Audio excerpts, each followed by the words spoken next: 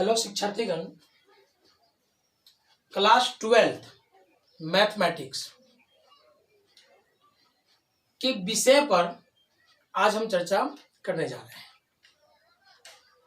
जैसा कि आप जानते हैं, वर्ग 12th में मैथमेटिक्स 2 वॉल्यूम में आता है, भाग 1 और भाग 2। तो अभी हम भाग 1 पर चर्चा करने जा रहे हैं। भाग 1 के अंतर्गत कौन कौन से चैप्टर आते हैं और उसमें हम लोग क्या पढ़ेंगे, उस पर हम लोग विचार करेंगे। जैसे क्या भाग 1 में सबसे पहला अध्याय आता है संबंध एवं फलन। ये भाग 1 का पहला अध्याय है। इसमें अगर मार्क्स की बात करें तो संबंध एवं फलन में 10 से 12 मार्क्स का क्वेश्चन बोर्ड में पूछा जाता है। संबंध एवं फलन के अंतर्गत हम लोग 3 टॉपिक की जानकारी इकट्ठा करते हैं। संबंध एवं फलन में हम लोग 3 टॉपिक पढ़ते हैं। जैसे क्या सबसे पहला टॉपिक आता है संबंध, रिलेशन। दूसरा टॉपिक आता है फलन और तीसरा टॉपिक आता है द्विआधारी संक्रिया। संबंध, रिलेशन, फलन, फंक्शन, द्विआधारी संक्रिया, बाइनरी ऑपरेशंस। तो हम लोग जानेंगे कि संबंध क्या है। जैसे क्या गांव समाज में दादा दादी, नाना नानी, माता पिता इत्यादि में जिस प्रकार संबंध होता है, उसी प्रकार मैथमेटिक्स में भी संख्या L संख्या M के समानांतर, रेखा L रेखा M के समानांतर, रेखा L रेखा M पर लंबवत, संख्या 5 संख्या 4 से बड़ा, संख्या 4 संख्या 3 से छोटा, इस प्रकार का जो भी संबंध होगा, उसी सारे संबंध के बारे में हम लोग यहां पर पढ़ते हैं। दूसरा आएगा फलन। तो फलन जो होता है वो एक प्रकार का रिलेशन का ही रूप होता है।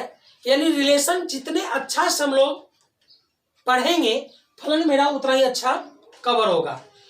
फलन इतना इंपॉर्टेंट है कि फलन का यूज लगभग मैथमेटिक्स के हर एक चैप्टर में किया जाता है। फिजिक्स में तो इसका बहुत अधिक मात्रा में प्रयोग किया जाता है। फिजिक्स फलन के बिना अधूरा माना जाता है। Mathematics is the language of physics. Mathematics जो होता है वो फिजिक्स की भाषा होती है। मैथमेटिक्स जितना अच्छा समझ में आएगा, फिजिक्स उतना ही अच्छा चलेगा, समझ में आएगा। जैसे क्या, तो फलन को हम अच्छी प्रकार से जानकारी प्राप्त करेंगे। जैसे कि बहुत सारे डाटा होता है, उसका दिया हुआ, जैसे कि ग्राफ हम लोग खींचते हैं या कोई डाटा का जानकारी प्राप्त करते हैं, या उसका डंडा ले तरह का खींचते हैं, या ग्राफिकल कॉन्सेप्ट जानते हैं। ये सब तरह का जितने भी चीज़ों की जानकारी होगी वो सारे के सारे फंक्शन के अंतर्गत आएगा। जैसे कि आप कर्व का फंक्शन खींचते हैं, जैसे एरिया बाउंडेड करते हैं, ट्रायगोनोमेट्रिक होता है उसका ग्राफ खींचते हैं, ये सारे के सारे फंक्शन के अंतर्गत आता है। तो उसके आगे हम लोग द्विआधारी संक्रिया, अगला टॉपिक आएगा छोटा सा, द्विआधारी संक्रिया। तो द्विआधारी संक्रिया में संख्या का विस्तृत जानकारी होता है। जैसे कि जोड़, घटाव, गुणा इत्यादि, जैसे कि क्रम विनिमय नियम जो सब तरह का पढ़ते हैं, ये सारे ऑपरेशन, यानी कि संख्यात्मक का जो ऑपरेशन होगा, फलन का जो ऑपरेशन होगा, वो सारे। तो द्विआधारी संक्रिया में फलन का प्रयोग किया जाता है। तो ये छोटा छोटा 3 टॉपिक है, इसको हम विस्तार पूर्वक पढ़ेंगे। तो रिलेशन एंड फंक्शन के अंतर्गत 3 छोटा छोटा टॉपिक होगा, संबंध, फलन और द्विआधारी संक्रिया। ये 3 छोटे छोटे टॉपिक होंगे और ये तीनों भाषिक चैप्टर है, अर्थात इसमें भाषा का अधिक प्रयोग किया गया है। इस पर भी हम लोग जानकारी प्राप्त करेंगे। अध्याय 2, इसके जस्ट बाद आता है अध्याय 2। तो अध्याय 2 का नाम है प्रतिलोम त्रिकोणमितीय फलन, इनवर्स ट्रायगोनोमेट्रिक फंक्शन। जैसे 11th क्लास में हम लोग ट्रायगोनोमेट्रिक पढ़े थे, 10th में भी थोड़ा सा बेसिक ट्रायगोनोमेट्री पढ़े थे। तो ट्रायगोनोमेट्रिक का यहाँ पर हम लोग कन्वर्ट पढ़ेंगे, मतलब अपोजिट पढ़ेंगे, उल्टा पढ़ेंगे।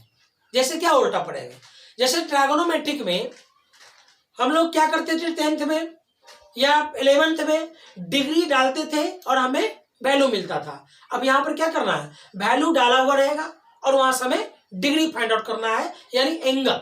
अर्थात यहाँ पर हम लोग जो ट्रायगोनोमेट्रिक पढ़ेंगे वहां से एंगल फाइंड आउट करेंगे, यानी कोण की जानकारी इकट्ठा करेंगे। और ये भी एक प्रकार का फंक्शन ही है, फंक्शन के यूनिट के ही अंतर्गत ये आता है, रिलेशन एंड फंक्शन के यूनिट के अंतर्गत ये आता है प्रतिलोम ट्रायगोनोमेट्रिक फलन, यानी ये भी एक फलन ही होता है। उसके जस्ट आगे का जो अध्याय आएगा, तीसरा अध्याय, वो होगा आव्यूह, मतलब मैट्रिक्स। तो मैट्रिक्स क्या है, कोई संख्या हो या कोई फलन हो, कोई संख्या हो या कोई फलन हो, उसका रो और कॉलम के रूप में जो अरेंजमेंट होगा उसी को हम लोग अच्छी प्रकार से आव्यूह के अंतर्गत पढ़ेंगे। आव्यूह में रो और कॉलम का अरेंजमेंट जानकारी करेंगे। सारणिक, सारणिक जैसे क्या, अगला चैप्टर आएगा सारणिक डिटर्मिनेंट्स। डिटर्मिनेंट्स के अंतर्गत क्या पढ़ेंगे, तो डिटर्मिनेंट्स के अंतर्गत हम लोग पढ़ेंगे, जैसे 10th क्लास में 2 चर वाले रैखिक समीकरण होता था, तो यहां पर 2 चर वाले रैखिक समीकरण, 3 चर वाले रैखिक समीकरण, 4 चर वाले रैखिक समीकरण या उससे अधिक चर वाले भी, लेकिन 12th में आपको 3 चर वाले रैखिक समीकरण तक की जानकारी इकट्ठा करना है। तो यहाँ पर डिटर्मिनेंट में हम लोग डिटर्मिनेंट की विधि से हम 3 चर वाले रैखिक समीकरण को हल करना, 2 चर वाले रैखिक समीकरण को हल करना सीखेंगे।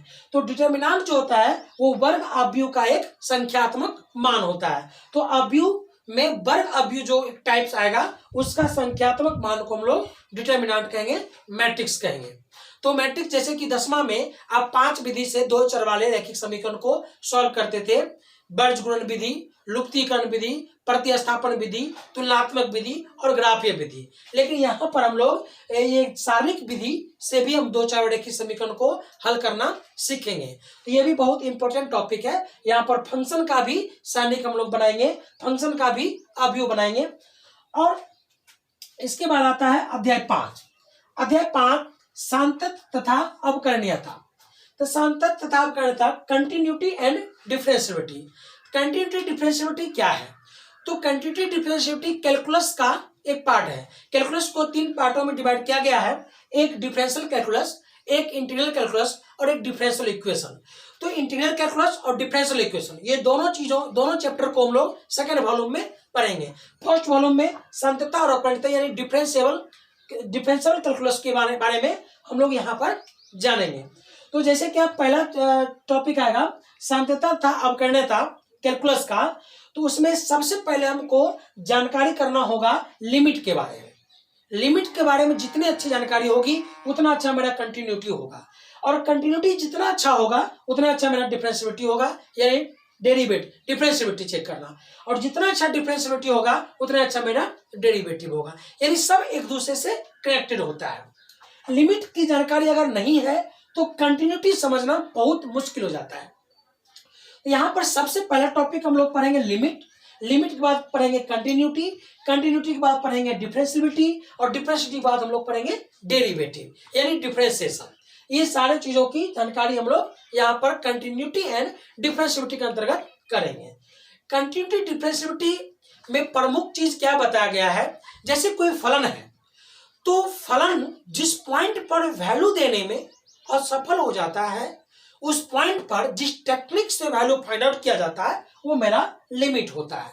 अर्थात कहने का मतलब ये हो गया, जैसे कि आप एक छोटा सा टॉपिक देखेंगे, जैसे क्या x² - 4 अपॉन x - 2। आप कहेंगे ये फंक्शन है f(x) बराबर ये कोई फंक्शन है, हम बोलेंगे इसमें 2 पर आप वैल्यू फाइंड आउट करो। जैसे इसके अंदर 2 पुट करेंगे तो 2 का स्क्वायर -4, 2 - 2, और ये हो जाएगा 4 - 4, 2 - 2, ये 0/0, और 0/0 जो होगा ये एक अनडिटर्मिनेंट फॉर्म है, यानी ये अपरिभाषित शब्द है। तो यहाँ पर ये फंक्शन क्या होगा, 2 पर वैल्यू देने में असफल हो गया। तो यहाँ पर हम लोग क्या करेंगे, इस पॉइंट पर क्या करेंगे, लिमिट की सहायता से हम लोग वैल्यू फाइंड आउट करेंगे। तो लिमिट जो है वो किसी पॉइंट पर फलन का नजदीक से नजदीक वैल्यू को बताता है, एकदम नजदीक के मान को बताता है, एग्जैक्ट वैल्यू लिमिट नहीं देता है। नजदीक के मान बताता है, जैसे कि बहुत से बहुत, मतलब कि नजदीक से नजदीक अप्रोक्स आप कह सकते हैं, कोई वैल्यू है वो वैल्यू कह सकते हैं, लेकिन वो वैल्यू होता नहीं है, इतना नजदीक से नजदीक वैल्यू को लिमिट बताता है। उसके बाद हम लोग पढ़ेंगे दूसरा टॉपिक सांत्यता, कंटिन्यूटी। तो कंटिन्यूटी के अंतर्गत कोई फंक्शन टूटा हुआ है किसी बिंदु पर या टूटा हुआ नहीं है, भंगुर है या भंगुर नहीं है, इस चीज की जानकारी हम लोग कंटिन्यूटी के अंतर्गत करते हैं। कंटिन्यूटी में फंक्शन का टूटा होना या टूटा नहीं होना का चेक किया जाता है। डिफरेंशिएबिलिटी, अर्थात कोई फंक्शन डिफरेंशिएबल है या डिफरेंशिएबल नहीं है, इसकी जानकारी हम लोग कंटिन्यूटी डिफरेंशिएबिलिटी के अंतर्गत पढ़ते हैं। और डेरिवेटिव जो होता है अवकलज, तो डेरिवेटिव में हम लोग किसी फंक्शन का डेरिवेटिव यानी चेंज पढ़ते हैं, चेंज देता है। डेरिवेटिव क्या करता है, किसी फंक्शन का चेंज देता है। तो ये सारी चीजों की जानकारी हम लोग कंटिन्यूटी एंड डिफरेंशिएबिलिटी के अंतर्गत लेते हैं। अगला अध्याय आता है 6।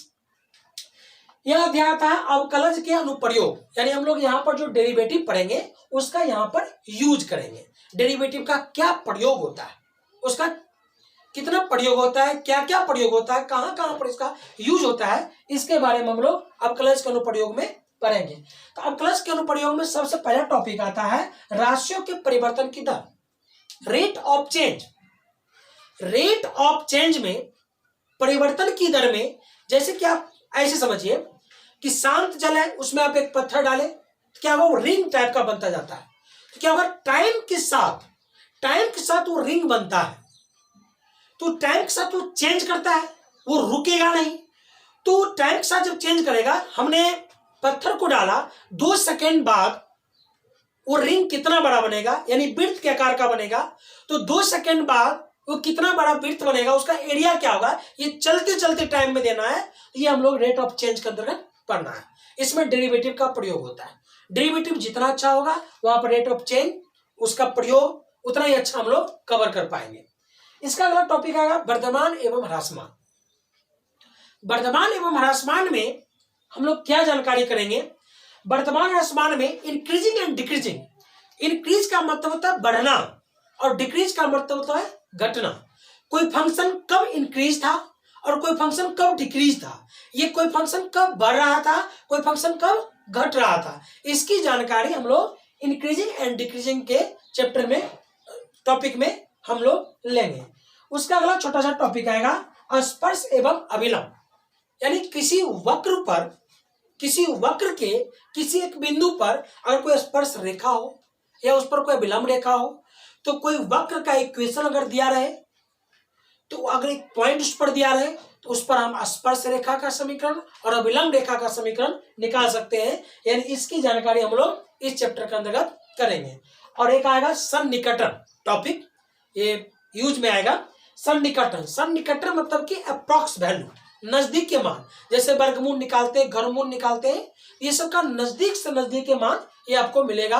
पॉइंट का भी अप्रॉक्स वैल्यू देगा, नजदीक के वैल्यू देगा। जैसे 4 का वर्गमूल 2 होगा, 4.5 का वर्गमूल कहेगा, तो हम लोग पॉइंट से निकालते हैं इस प्रकार गुना भाग करके, तो वहां पर क्या होगा, नजदीक के वैल्यू नहीं दे पाता। लेकिन जब डेरिवेटिव से करेंगे तो ये आपको अप्रॉक्स वैल्यू देगा, बिल्कुल अप्रॉक्स वैल्यू देगा।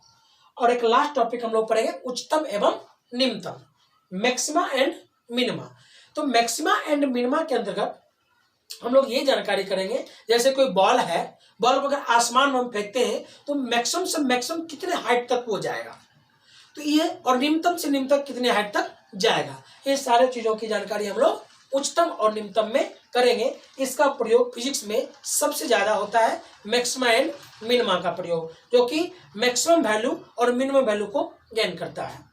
तो हम लोग ये सारे टॉपिक को, ये सारे चैप्टर को भाग 1 में पढ़ेंगे।